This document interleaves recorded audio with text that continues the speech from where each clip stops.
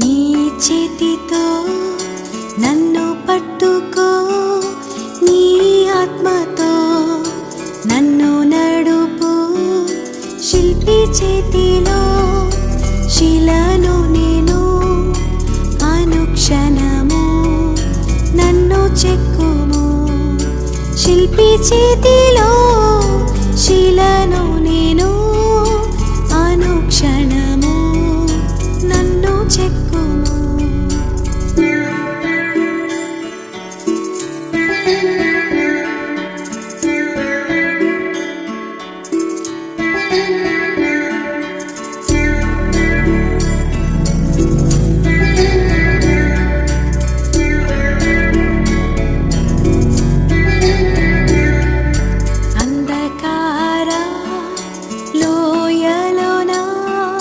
సంచరించిన భయము లేదు, నీ వాక్యం శక్తి గలది. నా త్రోవకు నిత్య వెలుగు, నీ వాక్యం శక్తి గలది. నా త్రోవకు నిత్య వెలుగు.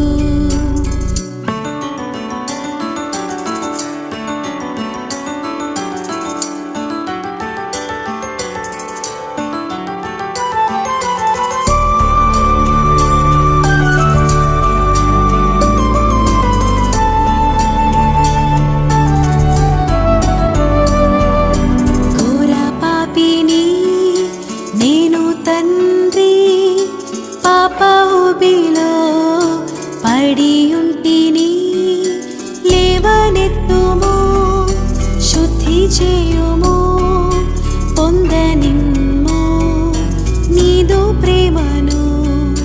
లేవనెత్తుము, శుద్ధి చేయుము, పొందనిమ్ము నీదు ప్రేమను.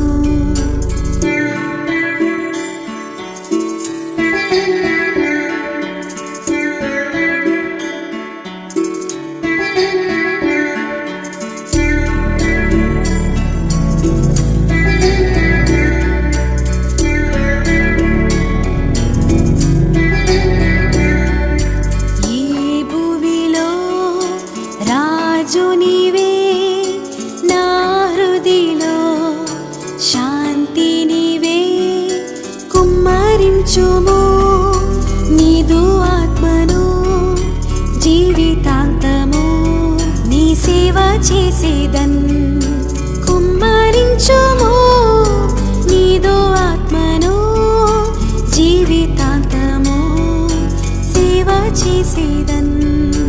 నీ చేతితో నన్ను పట్టుకో, నీ ఆత్మతో నన్ను నడుపు. శిల్పి చేతిలో శిలను నేను, అనుక్షణము నన్ను చెక్కుము. శిల్పి చేతిలో శిలను నేను, అనుక్షణము నన్ను చెక్కుము.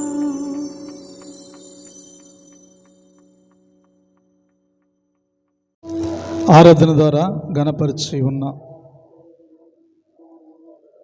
లేఖన భాగాలు చదివిన బిడ్డలను దీవించండి. రెట్టింపు జ్ఞానాన్ని, జ్ఞాపక శక్తిని దయచేయండి. నిలబడుతున్న నన్ను సిలువ చాటున మరుగు చేసుకునండి. నా మాటలు వ్యర్థం, మీ వాక్కులు మాతో ఉంచి మాట్లాడించి మహిమ ఘనత ప్రభావాలు మీరే పొందుకోమని మా ప్రభుని, మా రక్షకుడైన యేసుక్రీస్తు ద్వారా అడుగుంటూ ప్రార్థన చేస్తున్నాం పరమ తండ్రి, ఆమేన్. క్రీస్తునందు ప్రింటంటే దేవుని బిడలారా, యేసుక్రీస్తు నామమున మీ అందరికీ వందనాలు తెలియచేస్తున్నా. మించి తన ఉచితమైన కృప మన మీద అనుగ్రహింపచేసి మనల్ని సజీవులుగా ఉంచిన దేవునికి ప్రత్యేకంగా కృతజ్ఞతా వందనాలు తెలియపరుస్తూ ఉన్నా. గత ఆదివారము త్రితపు పండుగ, ఈ 3 విషయాల గురించి మనము అక్కడ ధ్యానం చేశాం. మొదటిగా తండ్రి సృష్టికర్తగా, 2 కుమారుడుగా సృష్టికర్త, 3 పరిశుద్ధాత్మ సృష్టికర్త. ఈ 3 విషయాల గురించి త్రిత్వం అనగా ఏకత్వము కలిగినటువంటి దేవుని గురించి మనము గత ఆదివారము జ్ఞాపకం చేసుకుని ఉన్నాం. ఈ దినము త్రిత్వములోని మొదటి ఆదివారం. ఈ మొదటి ఆదివారము దేవుని స్వాస్యమైనటి ఇశ్రాయేలుకి దేవుడిచ్చినటి మోషే ధర్మశాస్త్రము, దానిలో ఉన్నటువంటి ఆజ్ఞలను పాటించడానికి దేవుడు వారికి ఇచ్చినటువంటి గొప్ప ఆదరణ, ఆధిక్యత ధర్మశాస్త్రం. ఈ ధర్మశాస్త్రము దేవుని సంబంధమైనది. ఈ ధర్మశాస్త్రములో ఏమి రాయబడి ఉన్నావో ఇశ్రాయేలుకి బాగా తేటగా తెలిసిన విషయమే. కానీ ధర్మశాస్త్రములని ప్రాముఖ్యమైన వాటిలో నిన్ను వలె నీ పొరుగువాడిని ప్రేమించటం. ఈ దినాన్ని మన అంశం ఏంటంటే పొరుగువాని ఎడల ప్రేమ. పొరుగువాని ఎడల మనం ఎలాంటి ప్రేమ కలిగి ఉన్నాము, ఎలాంటి ప్రేమతో వారిని మనము ఆదరిస్తున్నాం. యేసుక్రీస్తు ప్రభువారికి మనకి ఉన్నటువంటి సంబంధం ఏమైనా ఉన్నదా అంటే ఏ సంబంధము లేదు. కానీ ఏ సంబంధం లేకపోయినా కానీ దేవుడు మనల్ని ప్రేమించాడు. ఎందుకు ప్రేమించాడు? కారణం ఏంటి అంటే ఆయన ఈ లోకానికి రావలసినటువంటి వాడుగా ఉన్నాడు కాబట్టి, ఈ లోకానికి ఎందుకు వచ్చాడో, ఎవరిని ఉద్ధరించడానికి వచ్చాడో, ఎవరిని ప్రేమించడానికి ఈ లోకానికి వచ్చాడో ఆ ప్రేమ వెల్లడిపరచడానికి యేసుక్రీస్తు ప్రభువారు మరి భూలోకానికి వచ్చినట్లుగా మనం అక్కడ చూడగలుగుతున్నాం. అందుకే నీ పొరుగువాని ఎడల నీవు ఎలాంటి ప్రేమ కలిగి ఉన్నావు? ఇది క్రైస్తవ సహోదరుని ప్రేమగా ఉన్నదా, లేకపోతే నిన్ను ప్రేమించుకునేటువంటి ప్రేమగా ఉన్నదా? మనం ఆలోచన చేసినటువంటి వారుగా మనము ఉన్నాం. ఇది నా మూలవాక్యంలోకి మనం వెళుతున్నాం. లూకాసు వార్త 16వ అధ్యాయం 20-21 వచనాన్ని చదువుకుందాం.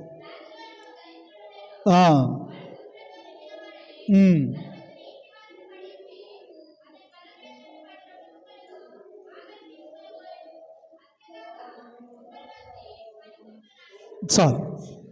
చూడ, పొరుగువాన్ని ప్రేమింపలేనటువంటి ధనవంతుడిని మనము ఈ లేఖన భాగంలో చూస్తా ఉన్నాం. పొరుగువాడిని ప్రేమించలేనటువంటి ధనవంతుడు పేదవాడిని ప్రేమిస్తాడా అనేది అది అసంభవం. ప్రేమించలేడు.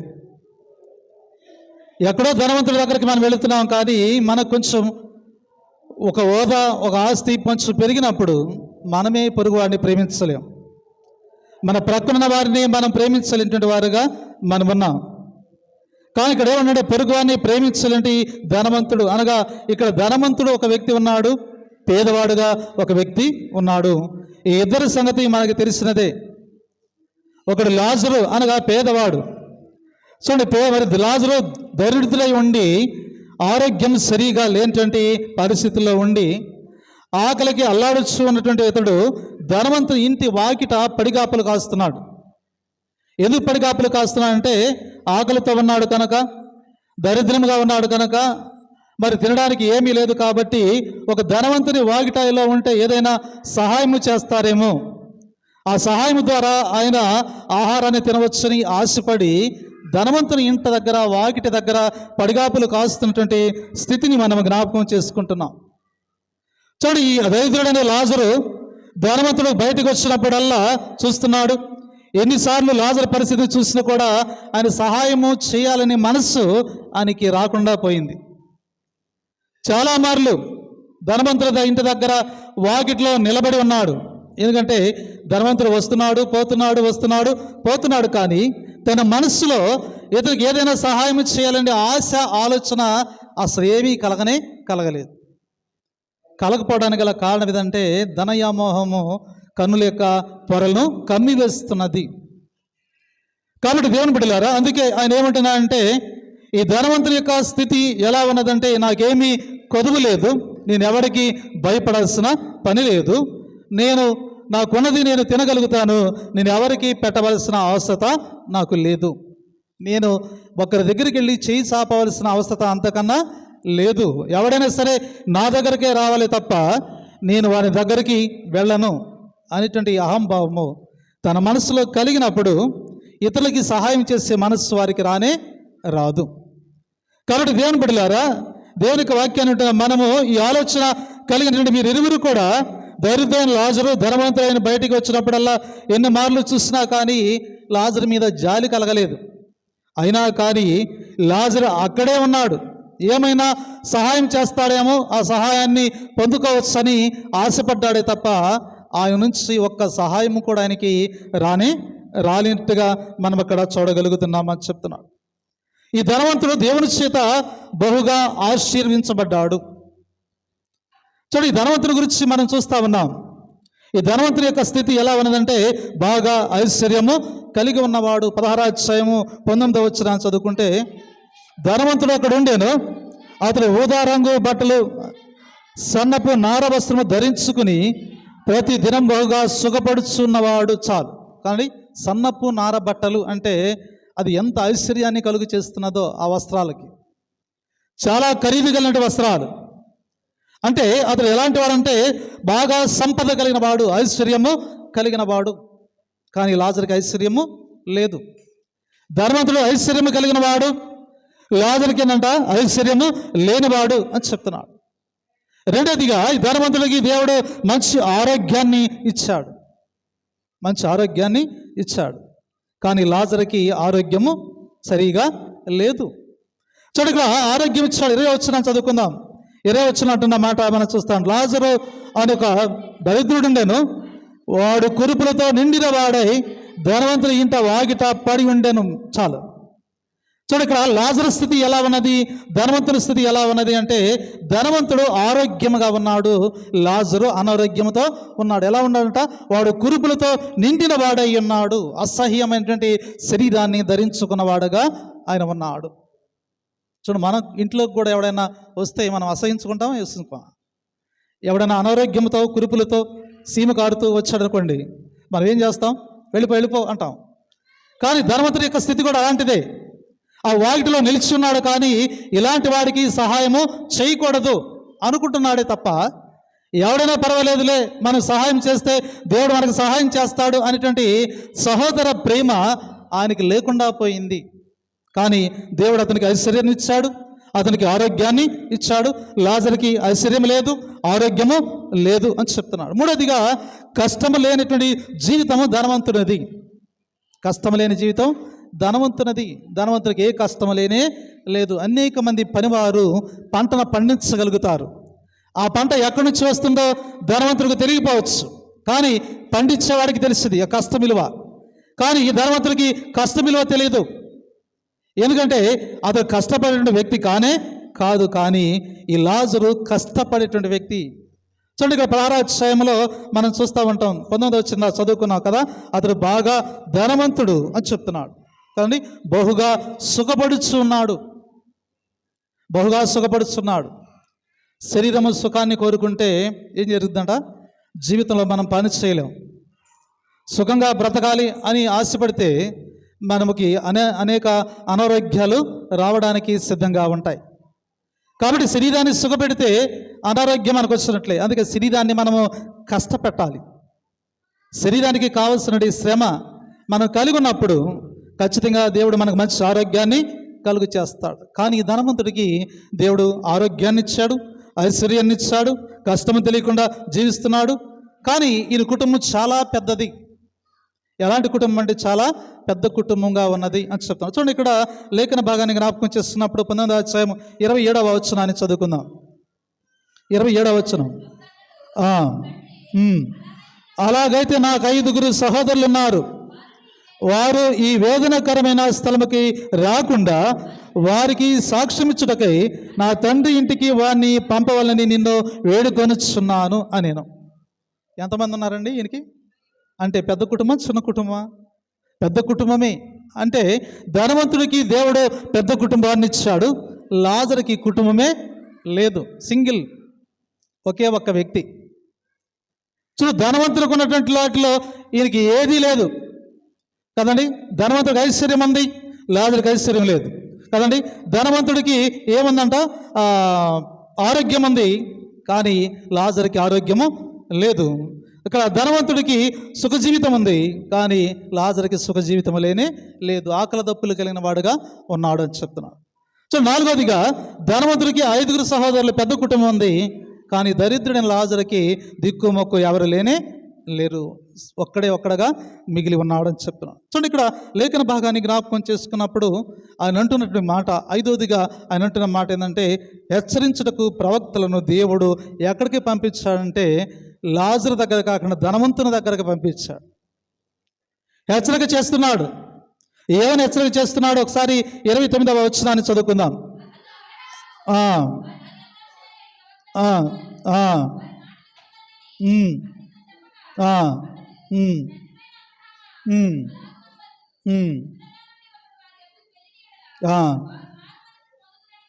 చాలు. చూడండి, సంభాషణ ఎవరికి జరుగుతుందంటే అబ్రహాముకి, ధనవంతునికి. లాజర్ని కేంద్రంగా తీసుకుని అబ్రహాము ధనవంతుడితో మాట్లాడుతున్నాడు, ధనవంతుడు అబ్రహాముతో మాట్లాడుతూ ఉన్నాడు. ఎవరిని పంపించుకున్నారు? వీళ్ళిద్దరు కూడా ఎక్కడికి వెళ్ళారంటే వీళ్ళిద్దరు కూడా చనిపోయారు కదా. వీళ్ళిద్దరు కూడా చనిపోయారు. భూలోకంలో ఆయన ఐశ్వర్యం కలిగి ఉన్నాడు, ఆరోగ్యం కలిగి ఉన్నాడు, సిరి సంపదలు కలిగి ఉన్నాడు, భోగభాగ్యాలు కలిగి ఉన్నాడు, 10 పెద్ద కుటుంబంగా ఉన్నాడు. అన్ని విధాల ఆయనకి ఇది లేదు అనుకోకుండా బ్రతికినటువంటి ధనవంతుడు ఒక స్థలానికి వెళ్ళాడు. దరిద్రుడు కూడా, ఈ లోకంలో అన్నీ పోగొట్టుకున్నట్టు లాజరు కూడా ఒక స్థలానికి వెళ్ళాడు. కానీ ఇక్కడే స్థలాలు మారిపోయినాయి. భూలోకంలో ఒకే స్థలంలో ఉన్నారు. భూలోకంలో ఒకే ఇంటి దగ్గర పడిగాపులు కాశాడు. ఆయన భూలోకంలో సుఖాన్ని అనిపించాడు, ఈయన కష్టాన్ని అనిపించాడు. ఆయన ఐశ్వర్యాన్ని అనిపించాడు, ఈయన దరిద్రాన్ని అనిపించాడు. ఆయన ఆరోగ్యాన్ని అనిపించాడు, ఈయన అనారోగ్యంతో బాధపడ్డాడు కదండి. అందరూ కూడా అసహించుకునేటువంటి స్థితిలోకి లాజరు ఉన్నాడే తప్ప మరి లాజరుని ఎవడు కూడా భూలోకంలో మెచ్చుకోలేదు. అలాంటి లాజరు చనిపోయాడు, అలాంటి ధనవంతుడు కూడా చనిపోయాడు. ఇద్దరు కూడా ఒకే స్థలానికి చేరుకోలేదు. స్థలాలు మార్పు వచ్చేస్తాయి. చూడు, ఇప్పుడు ఎక్కడున్నాడు ఈ ధనవంతుడు అంటే, సుఖాన్ని అనుభవించినటువంటి ఈ ధనవంతుడు వేదనకరమైన స్థలంలో ఆయన ఉన్నాడు. భూలోకంలో కష్టాలు, శ్రమలు, ఆకలి తప్పులు కలిగి ఉన్నటువంటి లాజరు ఎక్కడున్నాడంటే అబ్రహాము రొమ్మున ఆనుకొని ఉన్నాడు. అంటే ఆయనకి ఈయనకి ఉన్నటువంటి వ్యత్యాసాన్ని మనం ఒక్కసారి జ్ఞాపకము చేసుకోవాలి. మనం అనుకోవచ్చు, భూలోకంలోనే కదా అన్నీ ఉండేది, పరలోకంలో ఏముంటాయి కదా, ఇప్పుడు ఇక్కడ అందరం సమానమే కదా అనుకోవచ్చు. మనం అందరం ఇక్కడ సమానమే, కానీ మనం చనిపోయిన తర్వాత నీవు ఎక్కడుంటావో నేను ఎక్కడుంటానో ఎవరికి తెలియదు. ఎందుకంటే నిర్ణయించేవాడు దేవుడు ఒక్కడే. ఆయనే నిర్ణయిస్తాడు మనం ఏ స్థలంలో ఉండాలో, ఏ స్థలంలో మనం ఉండాలని ఆశపడాలని ఈ లోకంలో అనుకుంటామో మన ఆశలన్నీ కూడా ఏం చేస్తాడంట, ఆయన అడియాసలు చేసి నిన్ను ఉంచవలసిన స్థలంలోనే ఉంచుతాడు. కాబట్టి దేవుని బిడ్డలారా, లాజరుని ఎక్కడున్నా అంటే అబ్రహాము రొమ్మున ఆనుకుని ఉన్నటువంటి లాజరు ధనవంతుడు వేదనకరమైన స్థలంలో ఉండి లాజరు అక్కడ మరి అబ్రహాముతో మాట్లాడుతున్నాడు. అబ్రహామా, తండ్రి అయిన అబ్రహామా. అతనికి వాక్యం తెలుసు, ధనవంతుడికి వాక్యము తెలుసు. తండ్రి అయినటువంటి అబ్రహామా, ఈ లాజర్ని ఒక్కసారి భూలోకానికి పంపించు. నాకింకా 5 సహోదరులు ఉన్నారు, వారు మారుమనస్సు పొందితే ఇదిగో వారు కూడా ఈ యాతనకరణ స్థలంకి రాకుండా ఉన్నట్లుగా ఈ లాజర్ని అక్కడికి పంపించి దేవుని యొక్క స్వార్థను వారికి అందించు అంటుంటే అబ్రహాం మాట్లాడుతున్నాడు, అక్కడ మోషేను పంపించాను ప్రవక్తని కదా.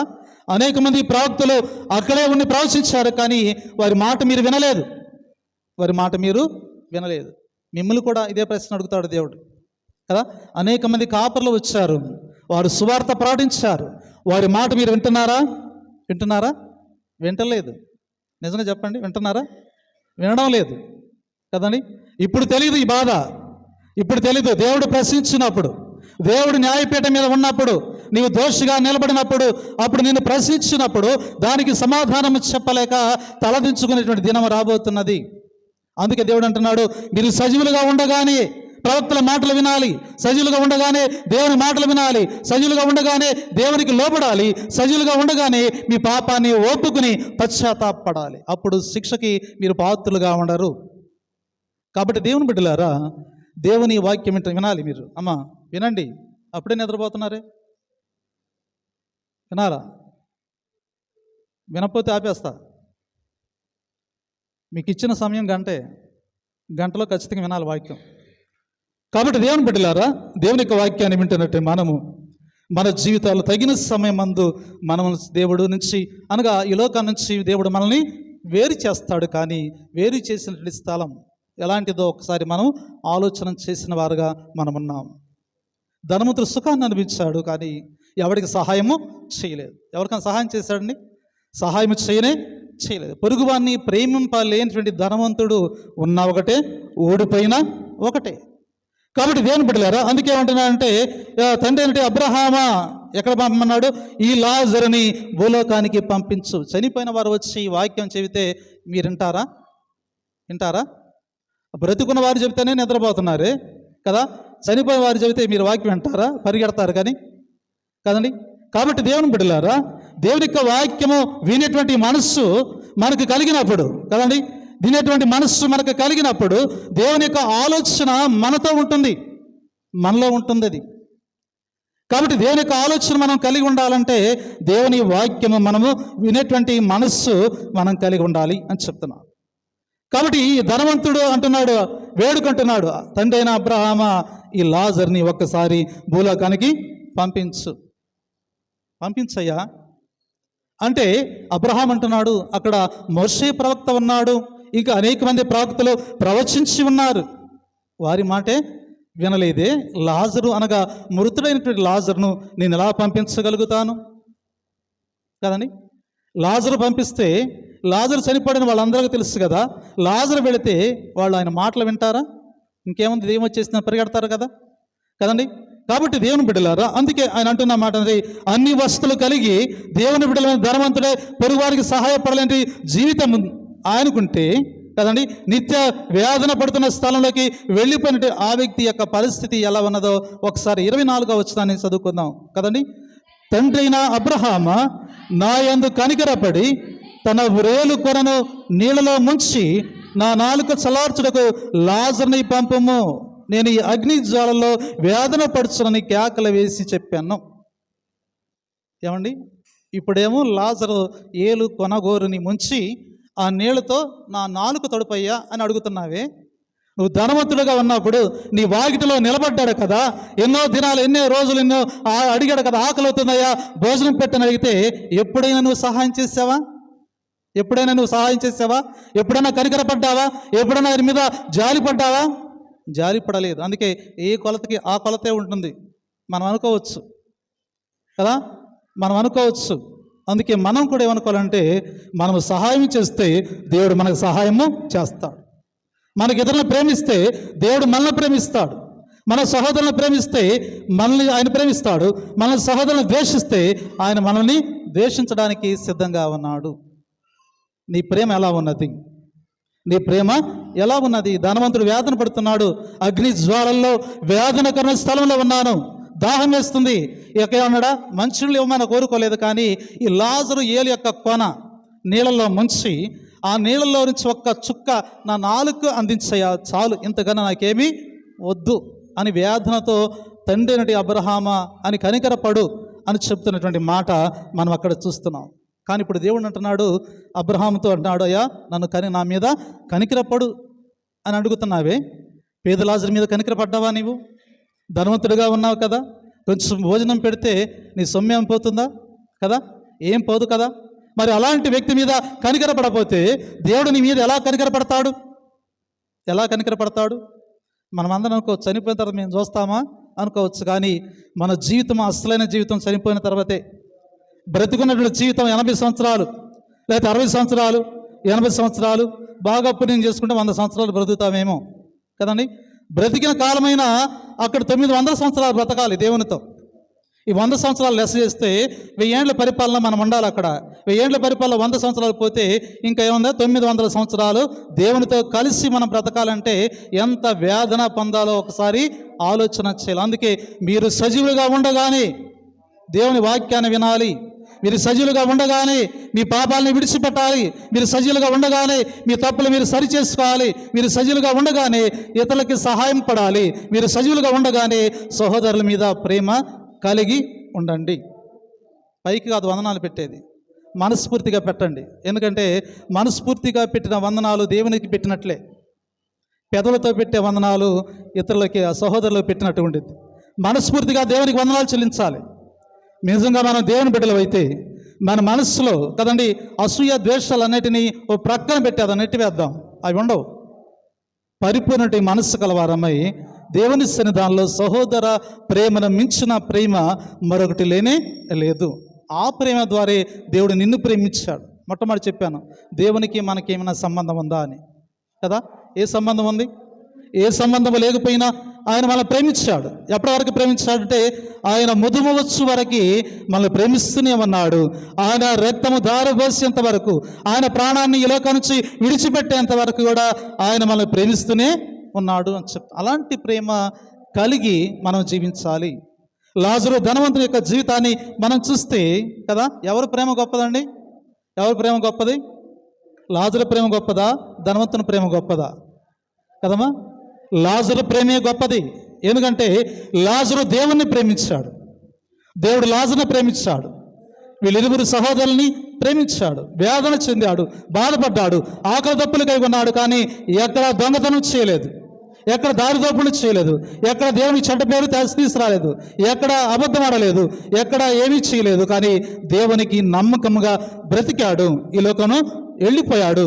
కానీ అబ్రహాము రొమ్మున ఆనుకుని ఉండడానికి గల కారణం ఏంటంటే లాజరు యథార్థముగా బ్రతికాడు కాబట్టి కుడి రొమ్మున ఆనుకున్నట్లుగా మనం అక్కడ చూడగలుగుతున్నాం. కానీ ధనవంతుడు అక్కడికి వెళ్ళాడు, కానీ ఆ స్థలంలోనే ఉండిపోయాడు కదా.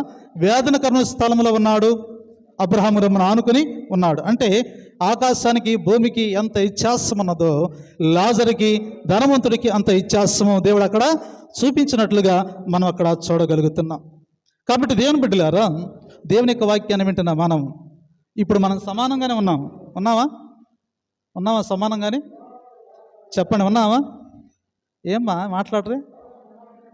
సమానంగానే ఉన్నామా? ఇక్కడ కూడా సమానంగా లేము కదండి, ఇక్కడ కూడా సమానంగా లేము. అలాంటప్పుడు అక్కడ సమానంగా ఎలా ఉంటాం కదండి.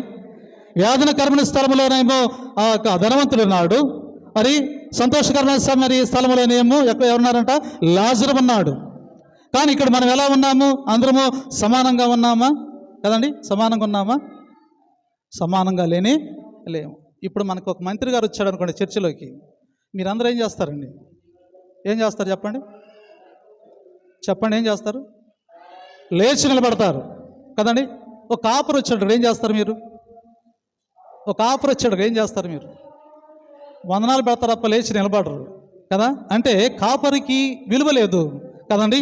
5 సంవత్సరాలు ఉండి లేదా 2 సంవత్సరాలు ఉండి వెళ్ళిపోయే మంత్రులకి విలువ ఉంటుంది. అంటే వాళ్ళు మీకేం చేయరు, ఏదో చేసినట్లుగా ఉంటారు. కానీ కాపరి నీ కొరకు ప్రతిదినము ప్రార్థన చేస్తాడు, నీ ఆత్మ రక్షించబడాలని, నీ ఆత్మ పరలోకానికి చేరాలని, నీ కుటుంబం సంతోషంగా ఉండాలని, నీ బిడ్డలు సంతోషంగా ఆశీర్వదించబడాలని దేవుని సన్నిధానంలో మీ పక్షాన కాపరి ప్రార్థన చేస్తాడు కదండి.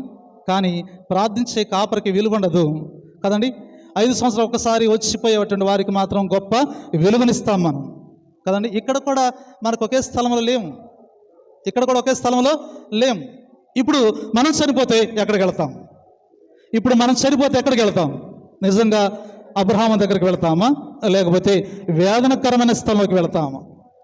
ఎవరైనా చెప్పగలుగుతారా కదా? నేను వేదనకరమైన స్థలంలోకి వెళ్తానయ్యా అంటే ధైర్యంగా చెప్పలేం. అంటే మీరు పాపం చేశారేమో అనుకుంటారేమోనని. కానీ మనము ఏ స్థలంలోకి వెళ్ళాలో నిర్ణయించేది దేవుడే, మనం కాదు. కానీ మనకు కూడా తెలుసు మనం ఏ స్థలంలోకి వెళ్ళబోతున్నామో మన మనసుకు తెలుసు, మన ఆత్మకు తెలుసు. కానీ దాన్ని బయట పెట్టాం. కానీ బయట పెట్టేది ఎవరంటే దేవుడే బయట పెడతాడు. ఎక్కడికి నీవు చేర్చబడాలో, ఎక్కడికి నీవు వెళ్ళాలో, ఎలాంటి స్థితిలో నుంచి ఎలాంటి స్థితిలోకి వచ్చావో, ఎక్కడికి నీవు వెళ్ళాలో నిర్ణయించేది దేవుడే. కనుక మీరు ఇప్పుడునైనాను మీరేం చేయాలంట, ధనవంతుడికి సహోదర ప్రేమ లేదు, కానీ మనము సహోదర ప్రేమ కలిగి ఉండాలి. సహోదర ప్రేమ కలిగి ఉండాలి. ఇది మాటలకే మాట్లాడేటప్పుడు సహోదరులము ప్రేమ కలిగి ఉండాలి అని చెప్తాం, కానీ కొద్దిసేపటికి ప్రేమ ఉండదు, దోమ ఉండదు. ఇవన్నీ కూడా వెళ్ళిపోతూ ఉంటాయి. ఎంతకాలం దేవుని యొక్క వాక్యం విన్నా కానీ మనలో భయం కలగట్లేదు. ఎంతకాలం దేవుని యొక్క వాక్యం విన్నా కానీ మనలో భక్తి లేదు. ఎంతకాలం దేవుని యొక్క వాక్యం విన్నా కానీ మనలో అశ్రద్ధ తప్ప శ్రద్ధ లేదు. ఎంతకాలం దేవుని యొక్క వాక్యం విన్నా కానీ దేవుడు మనతో ఉన్నాడు, మన స్థలంలో ఉన్నాడు, మనం చూస్తున్నాడు, మనం జాగ్రత్తగా ఉండాలి అనే ఆలోచనే లేదు కదండి.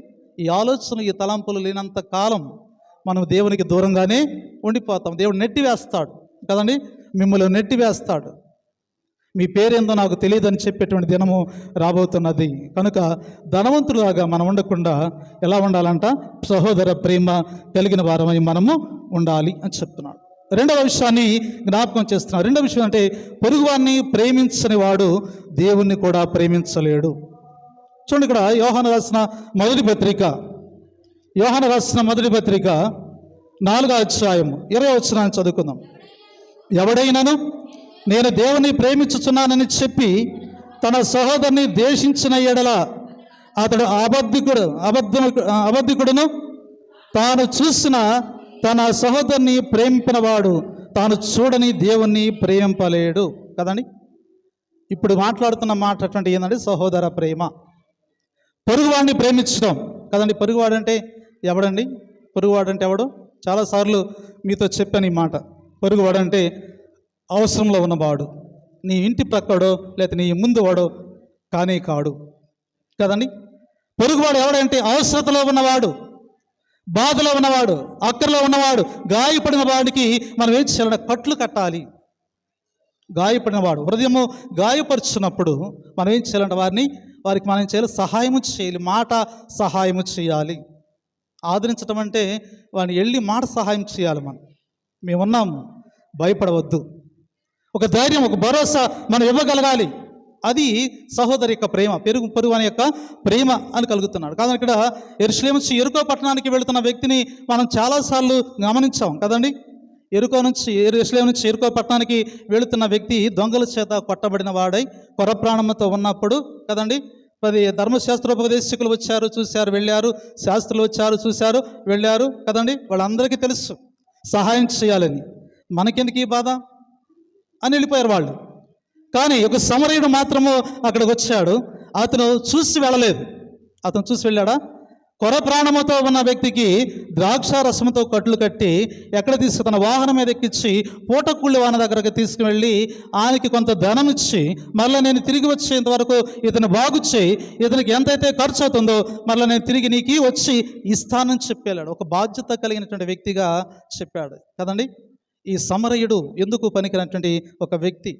నిష్ట కలిగిన వారందరూ కూడా చూసి ప్రక్కకి వెళ్ళిపోయారు.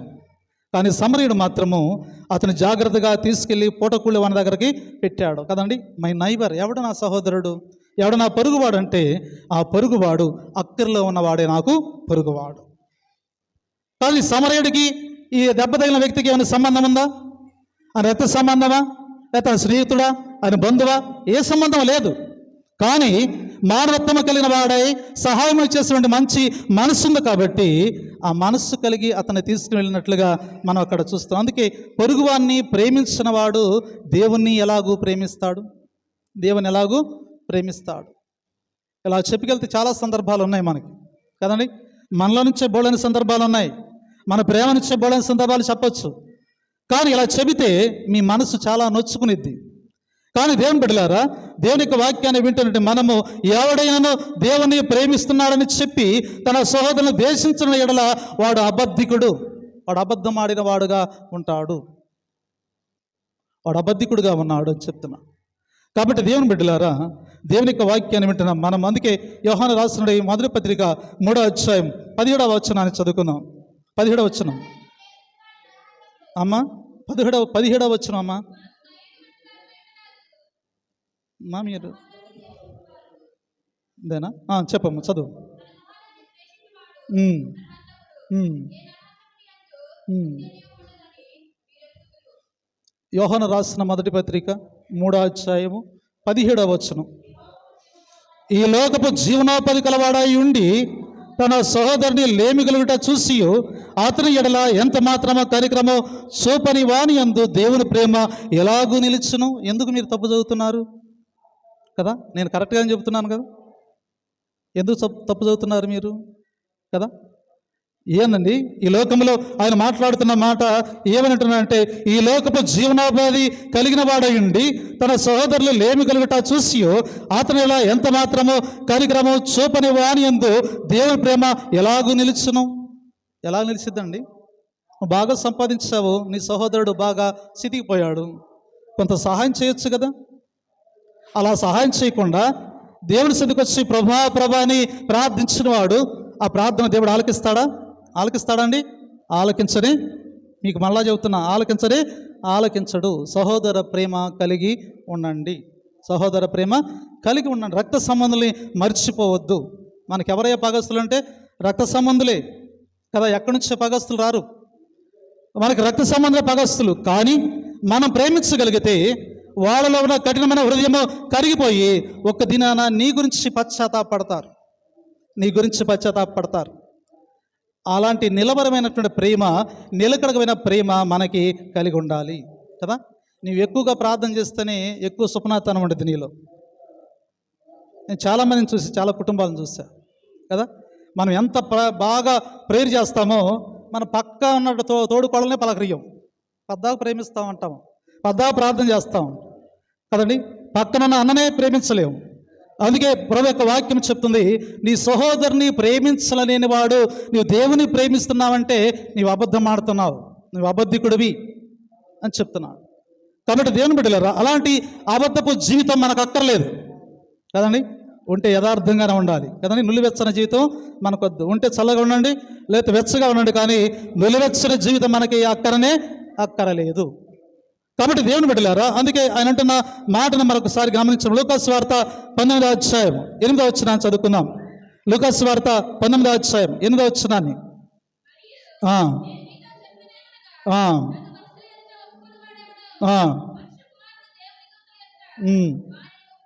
చాలు కదండి. మనుషుల ఎదుట నన్ను ఎవడైతే ఒప్పుకుంటాడో, నేను దేవుని ఎదుట దేవదూతల ఎదుట ఆయన నేను ఒప్పుకుంటాను అని చెప్తున్నా.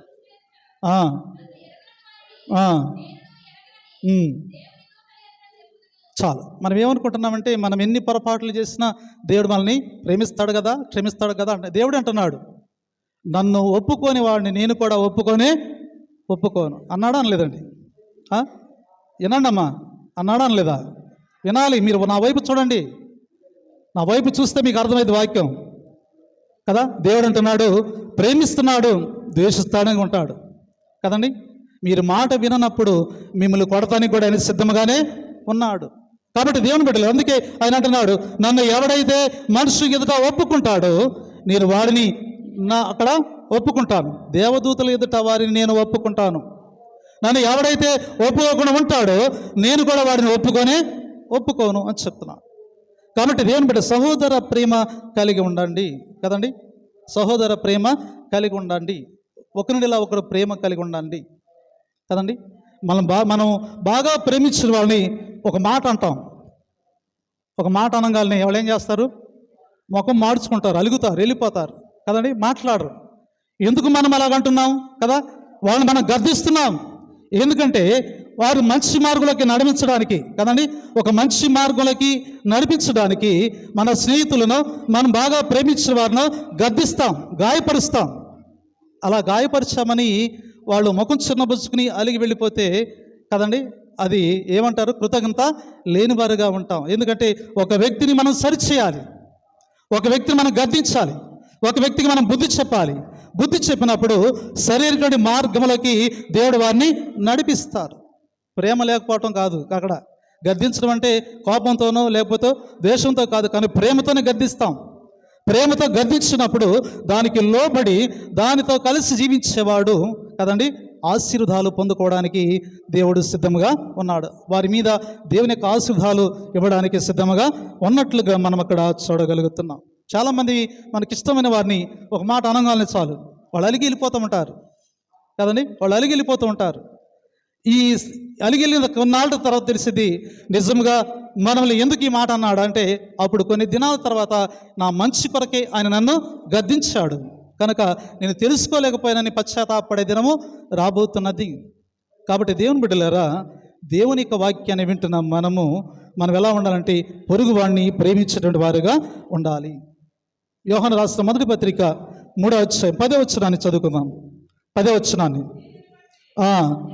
దీన్ని బట్టి దేవుని పిల్లలెవరో అపవాది పిల్లలెవరో తేటపడును.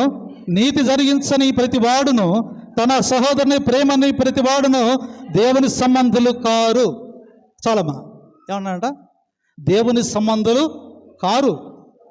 మీరు ఎంత వాక్యం చదివినా, ఎన్ని ప్రార్థనలు చేసినా, ఎంత దేవునికి లోబడినా, నీ సహోదరుని ప్రేమించకుండా దేవుని నేను ప్రేమిస్తున్నాను అనేవాడు ఏంటంట? దేవుని సంబంధులు కానే కారు. అలా మనం ఉండకూడదు. మనం దేవుని బిడ్డలం, దేవుని రక్త సంబంధులుగా మనం మారాలి కదండి. ఇతరుల్ని కష్టపెట్టి మనం సంతోషపడుతున్నాం, ఇతరులను బాధ పెట్టి మనం సంతోషపడుతున్నాం. ఈ సంతోషము ఎలాంటిదంట? రాక్షస సంతోషం కదండి, రాక్షస సంతోషం. ఇది కాదు సంతోషం కదండి. ఇతరులను బాధలు పెట్టి నువ్వు సంతోషపడితే అది నీకు శాపమే తప్ప పాపమే తప్ప మరేమి కానే కాదు. ఇతరులు బాగుండాలి, ఇతరులను సంతోషపడాలి. మనం కష్టపడ్డా, మనం బాధపడ్డా ఇతరులని మాత్రం బాధ పెట్టకూడదు.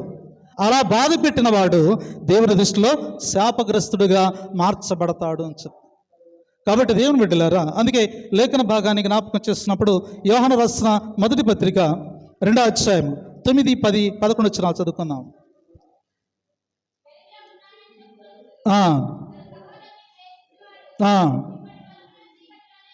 చాలా ఏమంటున్నానంట? ఎలుగులో ఉన్నానని చెప్పుకొనొచ్చు తన సహోదరుని ద్వేషించువాడు ఇప్పటి వరకు ఎక్కడున్నానంట? నీకు తెలియకుండానే నువ్వు చీకటిలోనే ఉన్నావు.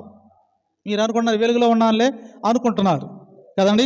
చీకటిలోనే ఉన్నారు. చీకటిని నిర్ణయించేది దేవుడే కదండి. నువ్వేమనుకుంటున్నావు అంటే, నేను మారు మనసు పొందాను, సహోదరులను ప్రేమిస్తున్నాను, నేను వెలుగులోనే ఉన్నాను అని అనుకుంటున్నాము. కానీ మనం వెలుగు సంబంధులము కానీ కాదు, మీరు చీకటిలోనే ఉన్నారు. 10వ వచనాన్ని చదువుకున్నాం. 10వ వచనం, తన సహోదరుని ప్రేమించువాడు వెలుగులో ఉన్నవాడు అతని యందు అభ్యంతరకరం ఏమీ లేదు కదా. తన సహోదరుల్ని ఎవడైతే ప్రేమిస్తాడో వాడు ఎక్కడుంటాడంట? వెలుగులో ఉంటాడు, వెలుగులో ఉంటాడు. కాబట్టి వెలుగు సంబంధమైన జీవితంగా మనం ఉండాలి అని చెప్తున్నాడు. కాబట్టి దేవుని బిడ్డలారా, ఈ ధనవంతుడు ఎక్కడున్నాడంట? నరకములో ఉన్నాడు, వేదనకరమైన స్థలంలో ఉన్నాడు. లాజరు ఎక్కడున్నాడు? పరిశుద్ధమైన స్థలంలో ఉన్నాడు. అబ్రహాము రొమ్మున ఆనుకుని ఉన్నాడు కదండి. పొరుగువాడిని ప్రేమించినటువంటి వాడు అబ్రహాము రొమ్మున ఆనుకుని ఉంటాడు. పొరుగువాడిని సహోదరుని ప్రేమించిన వాడు నరకములో ఉంటాడు. ఇది మనకు కూడా వర్తించింది, ఇది మనకు కూడా వర్తించదు. ఎందుకంటే మనము ఒకరిని ప్రేమిస్తాం, ఇతరులని ద్వేషిస్తాం. కానీ అందరినీ ప్రేమించాలి కదండి, అందరినీ ప్రేమించాలి. ఎవరు ద్వేషించాలి? సాతాను క్రియలను ద్వేషించాలి. మనుషులు కాదు ద్వేషించేది, సాతాను క్రియలను ద్వేషించాలి. కోప్పడండి, అసూయపడవద్దు కదండి. కోపము క్షణకాలమే ఉంటుంది, అది వెంటనే కరిగిపోతుంది. అసూయ జీవితకాలం ఉంటుంది, అది ఎముకలను పాడు చేస్తున్నది, మనస్సును పాడు చేస్తున్నది. కాబట్టి కోప్పడాలి కదండి, కోపపడాలి. మనం ప్రేమిస్తున్నాం కాబట్టి ప్రేమించిన వారి మీద అధికారం ఉంది, కోప్పడదాం. కానీ మరలా ప్రేమించాలి, కానీ అసూయ పడకూడదు. కాబట్టి దేవుని బిడ్డలారా, అందుకే దేవుని ప్రేమించడం అంటే ఆజ్ఞలను మనము గైకొనాలి, ఆజ్ఞలను మనము గైకొనాలి. 5వ అధ్యాయంలో యోహాను రాసిన మొదటి పత్రిక 5వ అధ్యాయము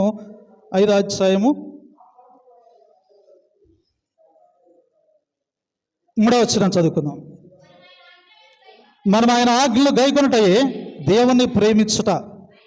చాలు కదండి. ఇక్కడ మనం ఆయన ఆజ్ఞలు గైకొనుటయే దేవుణ్ణి ప్రేమించుట. ఆజ్ఞలు గైకొంటే దేవుణ్ణి ప్రేమిస్తాం. దేవుని ప్రేమిస్తే ఎక్కడ ఉంటాం? మనము పరమందు ఉంటాం.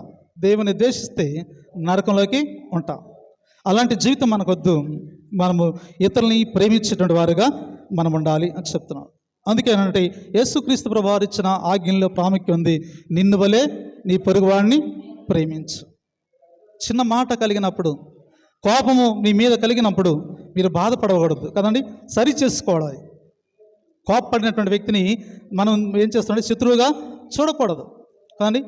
ప్రేమిస్తేనే కోపం ఉంటుంది. ఎక్కడైతే ప్రేమ ఉంటుందో కోపం అక్కడే ఉంటుంది. కోపపడ్డాడని మనం ఏం చేస్తామంట, ద్వేషించుకుంటూ వెళ్ళిపోతే ఇంకా వారికి మనకి ఏమంటుందంట, అగాధం కదండి. అగాధం వచ్చేసి దూరం పెరిగిపోతుంది. సహోదర ప్రేమ ఉండదు. అప్పుడు మనం కలిసి బ్రతకలేము, కలిసి జీవించలేము. మన మధ్య సాతాను అగాధాన్ని సృష్టించింది కనుక అది అర్థం చేసుకుని దానికి దగ్గరగా అనగా యేసుక్రీస్తు ప్రభువారి యొక్క ప్రేమకు దగ్గరగా మనం ఉన్నప్పుడు దేవుని యొక్క ఆశీర్వాదాలు మనము పొందుకుంటాం. కాబట్టి ధనవంతుడులాగా మనం ఉండవద్దు. ఏమన్నాడంట, పొరుగువాన్ని ప్రేమించలేనటువంటి ధనవంతుడు యాతనకర స్థలంలో ఉన్నాడు. ఇక్కడ ఏమనంటే నిన్ను వలె నీ పొరుగువాడిని ప్రేమించాలి కదా. పొరుగువాడిని ప్రేమించిన వారు దేవుణ్ణి ఎలా ప్రేమిస్తారు కదండి. దేవుడు స్వయంగా నీ దగ్గరకు వచ్చి నన్ను ప్రేమించని అడగడు కదండి. పొరుగువాడిని ప్రేమించమన్నాడు కదండి. ఒక దగ్గరకు వచ్చి నేను ఆకలిగా నీ ఇంటికి వచ్చినప్పుడు నీవు నాకు భోజనం పెట్టావు అని అడిగాడు ఆయన. నేను ఎప్పుడు పెట్టాను ప్రభు అంటున్నాడు ఆయన. నేను వస్త్రహీనుడై నీ దగ్గరకు వచ్చినప్పుడు నాకు వస్త్రాన్ని ఇచ్చావు, నేను ఇవ్వలేదే అంటున్నాడు. నువ్వు ఇచ్చావు అంటున్నాడు. అంటే ఎవరికి ఇచ్చాడు ఈయన? పొరుగువాడికి ఇచ్చాడు కదండి. పొరుగువాడికి ఇస్తే ఎవరికి ఇచ్చినట్టంట? దేవునికి ఇచ్చినట్లే. అప్పుడు దేవుడు అంటున్నాడు, నేను ఆకలి కొని నీ ఇంటికి వచ్చినప్పుడు నీవు నాకు భోజనం పెట్టావు, నేను వస్త్రహీనుడై నీ ఇంటికి వచ్చినప్పుడు నీవు నాకు వస్త్రాన్ని ఇచ్చావు కదా. ఇతరులకు చేసావు కనబట్ట నీవు నాకు చేసిన వాడవై. కాబట్టి దేవుని బిడ్డలారా, ఇతరుల్ని ప్రేమిద్దాం, పొరుగువాడిని ప్రేమిద్దాం, ద్వేషించవద్దు. కోప్పడండి తప్పులేదు, కానీ కోపము క్షణకాలం మాత్రమే. ప్రభువు కోపము క్షణకాలమే. ఆయన మరలా తిరిగి ప్రేమిస్తున్నాడు. మనం కూడా దేవుని ప్రేమ కలిగి ఉన్నాం కాబట్టి కోపపడదాం, కానీ ప్రేమిద్దాం కదండి. ప్రేమ కలిగిన వారుగా క్రైస్తవ బిడ్డలుగా మనం జీవించడానికి ప్రయత్నం చేద్దాం. అందుకే ఇక్కడ మూలవాక్యాలకు ఒకసారి మనం వెళ్ళి మన వాక్యాన్ని మనం ముగించుకుందాం. ఇక్కడ ఏమంటున్నాడంటే చక్కని మాటలు లూకాసు వార్త 16వ అధ్యాయం 20వ వచనంలో మాట్లాడుతున్నాడు.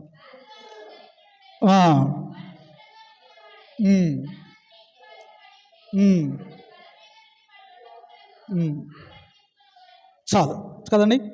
ధనవంతుని దగ్గర, ఇంటి దగ్గర, వాకిటి దగ్గర ఉన్నటువంటి వ్యక్తికి ఏ సహాయము అందలేదు. పొరుగువాడిని ప్రేమించలేని ధనవంతుడు నరకంలో ఉన్నాడు, వ్యాధనకర స్థలంలో ఉన్నాడు.